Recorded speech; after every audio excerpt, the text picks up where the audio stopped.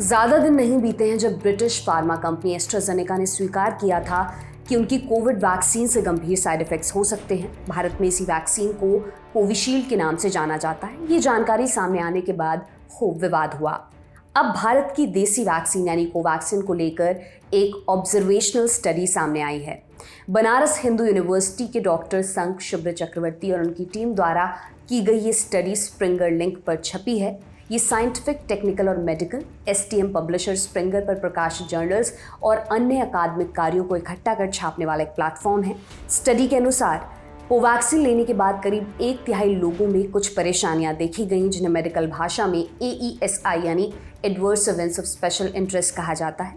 Economic times की report के मुताबिक इस स्टडी के लिए 1024 लोगों ने एनरोल किया था। 926 से संपर्क किया जा सका, जिनमें 635 किशोर और 291 एडल्ट्स थे।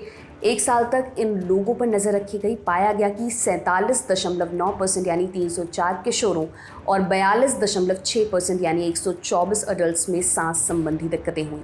इसके अलावा भी कई तरह की परेशानियां देखी गई। किशोरों में सबसे ज़्यादा दिक्कतें त्वचा संबंधी, जनरल डिसऑर्डर्स और नर्वस सिस्टम से जुड़ी रहीं। वहीं बड़ों में सबसे ज़्यादा जनरल डिसऑर्डर्स, मांसपेशियों में दर्द और नर्वस सिस्टम से जुड़ी दिक्कतें रहीं। स्टडी में यह भी पाया गया कि 4.6% महिलाओं में पीरियड से जुड़ी अनियमितता देखी गई। वहीं 2.7% लोगों में आंखों से जुड़ी समस्याएं और 0.6% लोगों में हाइपोथायरॉयडिज्म यानी थायराइड हार्मोन की कमी पाई गई। 1% लोगों में गंभीर परेशानियां देखी गई। इनमें स्ट्रोक 0.3% और गैलियन बेरे सिंड्रोम 0.1% लोगों को हुआ। स्टडी के अनुसार किशोरों, महिलाओं और जिन लोगों को पहले कभी एलर्जी हुई है या वैक्सीन लेने के बाद टाइफॉइड हुआ है, उनमें AESI का खतरा ज़्यादा होता है। साथ ही जिन लोगों को पहले से कोई बीमारी है, उनमें भी ये दिक्कतें ज़्यादा देर तक रह सकती हैं। हालांकि अच्छी बात यह है कि ज़्यादातर मामलों में परेशानियां गंभीर नहीं थीं। फिर भी स्टडी करने वाले ये सलाह देते हैं कि कोविड वैक्सीन लगवाने वाले लोगों पर लंबे समय तक नज़र रखी जाए, ताकि पता चल सके कि बाद में कोई और दिक्कत तो नहीं होती।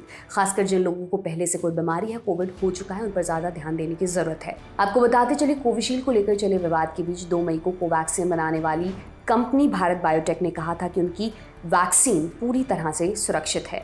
एक बयान में निर्माताओं की तरफ से कहा गया कि वैक्सीन को सिर्फ एक उद्देश्य के साथ विकसित किया गया था कि यह पूरी तरह से सुरक्षित साबित हो। इसके बाद इसकी एफिकेसी यानी क्षमता पर फोकस किया गया था। साथ ही कहा गया कि कोवैक्सीन एकमात्र ऐसी वैक्सीन थी जो भारत सरकार के एफिकेसी से जुड़े टीकाकरण प्रोग्राम में शामिल थी।